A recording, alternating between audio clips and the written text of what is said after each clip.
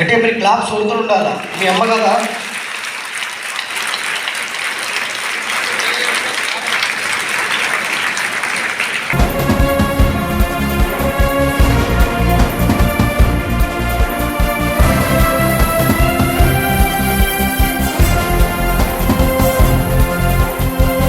అందరికీ నమస్కారం. నా పేరు ప్రణవి. నేను 8వ తరగతి చదువుతున్నాను స్ప్రింగ్ డేల్స్ గ్రామర్ హై స్కూల్లో. నాకు పేరెంట్స్ గురించి చెప్పగానే చాలా ఎమోషనల్గా ఫీల్ అయ్యాను. నేను మా